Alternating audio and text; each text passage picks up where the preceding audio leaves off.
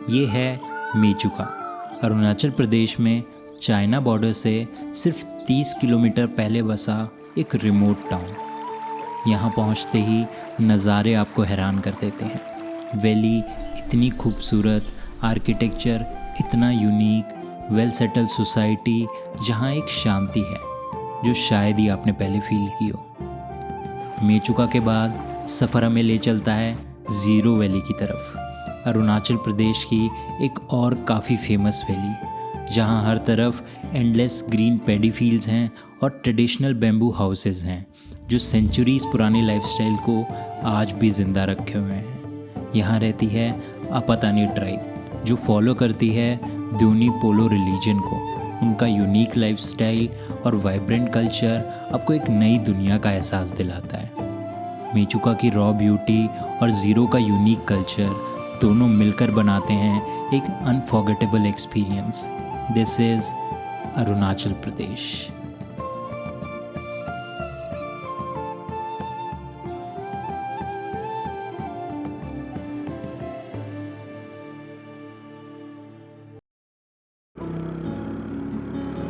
सफ़र शुरू होता है गुवाहाटी से, जहाँ से मेचुका लगभग 800 किलोमीटर दूर है। ये टाइम था मॉनसून का, जहाँ ग्रीनरी अपने पूरे पीक पर थी। रास्ते इतने खूबसूरत कि मंजिल तक पहुँचने की हमें कोई जल्दी नहीं थी। लेकिन जैसे ही हम आलो पहुँचते हैं उसके बाद का रास्ता एकदम से बदल जाता है। यहीं से सफ़र खूबसूरती से निकलकर डेंजरस और अनप्रेडिक्टेबल जोन में एंटर करता है। मेचुका जितना रिमोट है उतना ही मुश्किल है वहाँ तक पहुँच पाना। रास्ते इतने ज़्यादा टफ़ और चैलेंजिंग कि हमें बाइक चलाने में काफ़ी ज़्यादा मुश्किल हो रही थी। रास्ते में हमें 2 जगह लैंडस्लाइड मिली जिसे क्लियर होने में 4 से 5 घंटे लग गए, और बाकी का सफ़र सिर्फ कीचड़ से भरे हुए रास्ते। मॉनसून के दिनों में ये रास्ते काफ़ी ज़्यादा डेडली हो जाते हैं।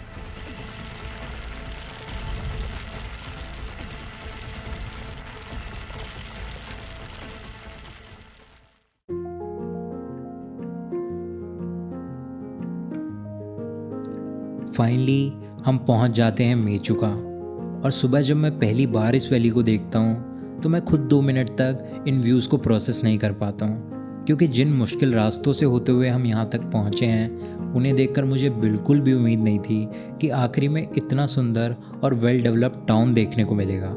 और मॉनसून के टाइम पे ये वैली और भी ज़्यादा खूबसूरत लगती है।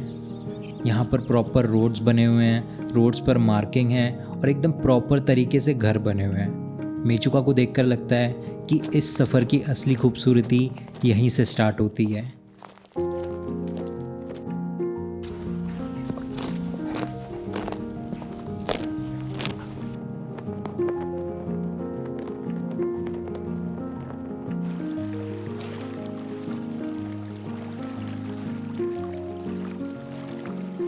अभी जहाँ पे मैं खड़ा हूँ वो बिल्कुल रिवर के साइड में मैं खड़ा हुआ हूँ, और इस रिवर के रिगार्डिंग मैं आपको एक काफ़ी इंटरेस्टिंग फैक्ट बताता हूँ। तो जो मेचुका नाम का मतलब होता है वो होता है मेडिसिनल वाटर ऑफ स्नो। जितने भी लोकल्स हैं यहाँ के, उनका ये मानना है कि ये जो पानी माउंटेन से आ रहा है इसके अंदर हीलिंग प्रॉपर्टीज़ हैं। जी हाँ, जितने भी यहाँ के लोकल लोग हैं उनका ये मानना है ये जो पानी पहाड़ों से आ रहा है उनके लिए काफ़ी ज़्यादा पवित्र है। ये काफ़ी ज़्यादा बीमारियों में फ़ायदेमंद रहता है, थकान को दूर करता है, और जितने भी यहाँ के लोग हैं डेली यूज़ में इसी पानी का इस्तेमाल करते हैं।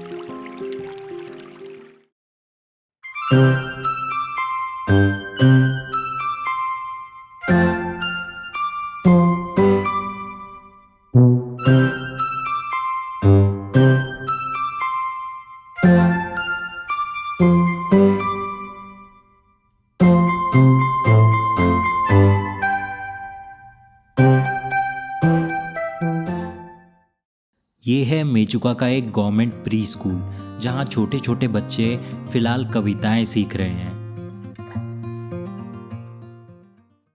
सोते सोते भूख लगी, चलो बेटा मन पड़ी, मन तेरी दाना नहीं, हम तुम्हारा मामा नहीं। सबसे खास बात यह है कि इतना रिमोट टाउन होने के बावजूद भी यहाँ के करिकुलम में हिंदी सब्जेक्ट को डाला गया है, और ये देखकर और भी अच्छा लगता है कि एक भाषा कैसे सबको एक साथ जोड़कर रखती है।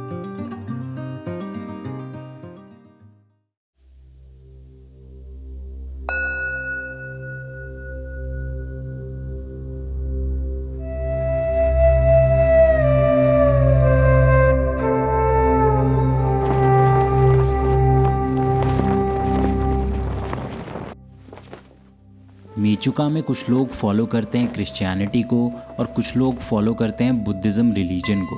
और जिस होमस्टे में हम लोग रुके हुए हैं वो एक बुद्धिस्ट फैमिली का घर है और इस घर में होने वाली है 3 दिन तक एक पूजा जो कि दलाई लामा जी के बर्थडे पर रखी गई है।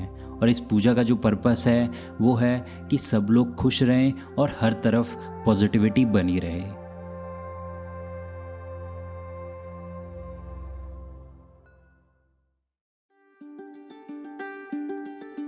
पूजा की तैयारियां शुरू की जाती हैं और सबसे पहले घर पर बनाई जाती है नमकीन, जिसे हर छोटे से छोटे या फिर बड़े फेस्टिवल में इसे घर पर ही बनाया जाता है, जिसको पूरी फैमिली साथ मिल कर के बनाती हैं, जिसमें बच्चों से लेकर घर के बड़े तक सब अपना कंट्रीब्यूशन देते हैं।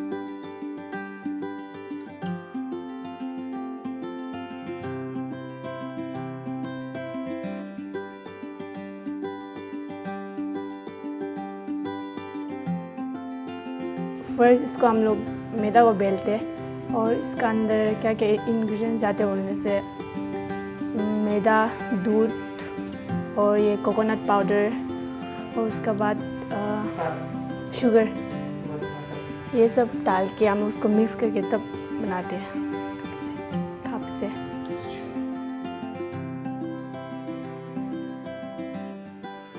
नमकीन बनने के बाद आगे का प्रोसेस शुरू होता है जहाँ पर तोरमा तैयार किया जाता है। ये आटे से बनता है जिसमें गर्म पानी मिलाकर इसे अच्छे तरीके से गूंदा जाता है और फिर इसे सुखाने के लिए एक जगह पर रख दिया जाता है। जैसे ये सूख जाता है हाथों पर घी लगाकर इसे अलग अलग मूर्तियों का आकार दिया जाता है। हर शेप का अपना एक अलग रूप और महत्व होता है जो इस परंपरा को और भी खास बनाता है। तोरमा को बहुत ही ज़्यादा मेहनत और पेशेंस के साथ तैयार किया जाता है। इस पर घी लगाया जाता है और रंग बिरंगी सजावटें की जाती हैं। जब सब कुछ तैयार हो जाता है तो पूरे पूजा रूम को सजाया जाता है जहाँ पर हेड लामा आकर पूजा की शुरुआत करते हैं और फिर 3 दिन तक हर रोज़ यहाँ पर पूजा होती है जो कि हेड लामा करते हैं।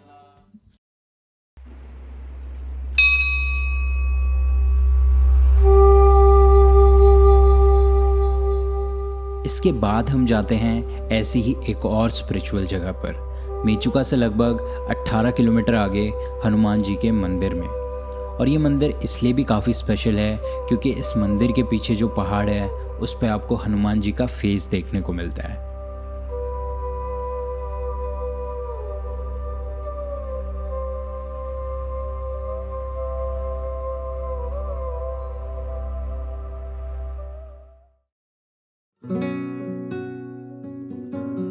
इसके बाद हम चले जाते हैं एक और खूबसूरत विलेज में जिसका नाम है दार्जिलिंग।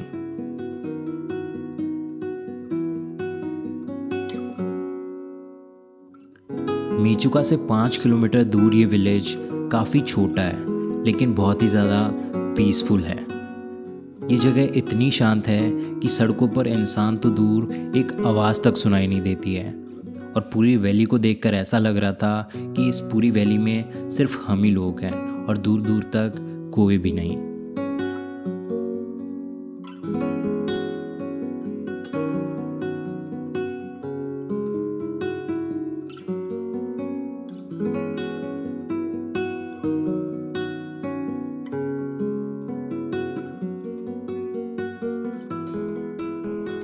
मेचुका का सफ़र यहीं ख़त्म होता है लेकिन अब हम जाने वाले हैं अरुणाचल प्रदेश की एक और खूबसूरत डेस्टिनेशन पर जो है ज़ीरो वैली।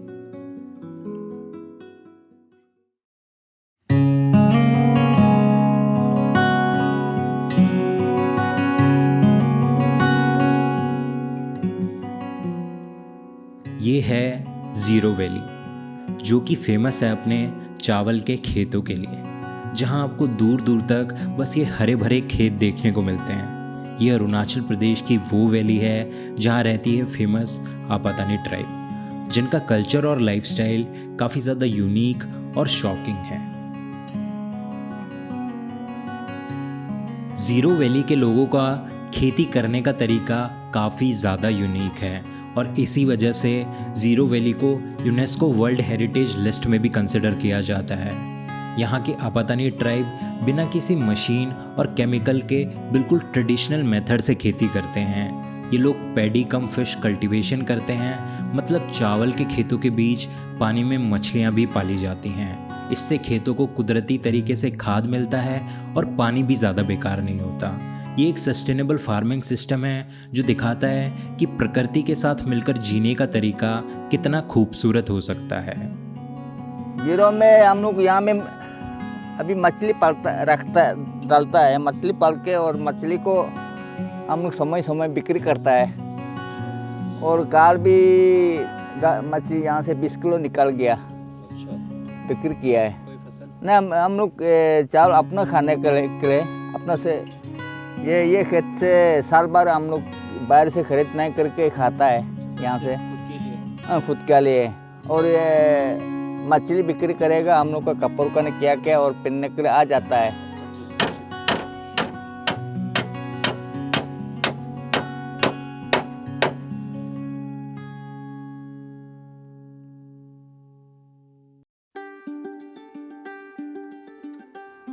इसके बाद हम मिलते हैं अम्मा से, जो कि आपातानी ट्राइब से बिलोंग करती हैं। इनकी एज 80+ है, लेकिन आज भी घर का सारा काम ये खुद ही करती हैं। खेतों में भी काम करके आती हैं और इस उम्र में भी काफ़ी ज़्यादा फिट हैं।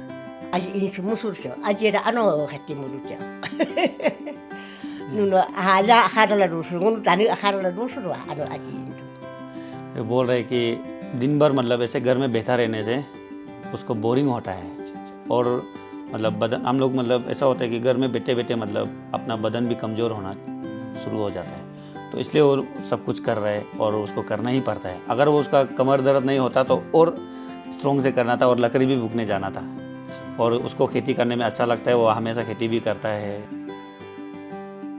अम्मा हमें अपनी कहानियाँ शेयर करती हैं, बताती हैं कि कैसे उन्होंने नोज़ प्लग्स पहने और फेस टैटू का क्या मतलब होता था उनके समय में। पहले ज़माने में उनको मतलब पेरेंट्स लोग इसको लगाने के लिए मतलब फोर्स करता था। अच्छा। मतलब कि ये लगाने से आपको सुंदरता आएगा। अच्छा। और वो लोग अम्मा लोग भागता था, छोटा सा मेरे को भागता था, तो फिर वो लोग को पकड़ के मतलब ये टैटू कराता था। अच्छा। कि ये बता रहे कि उनको मतलब बहुत डर लगता था ये करने में, क्योंकि वो दिखता है तो कांटा से ऐसा मार के, मतलब छोटा सा हैमर टाइप ऐसा को मारता है, तो उनको यहाँ में दोनों साइड में पकड़ के ऐसा पकड़ के इसमें करता था। तो वो बहुत रोया था वो समय को, जब इसका ये टुपे बनाने समय को। अच्छा। अम्मा की कहानी सुन के लगता है जैसे उनकी ज़िंदगी ही एक इंस्पिरेशन हो।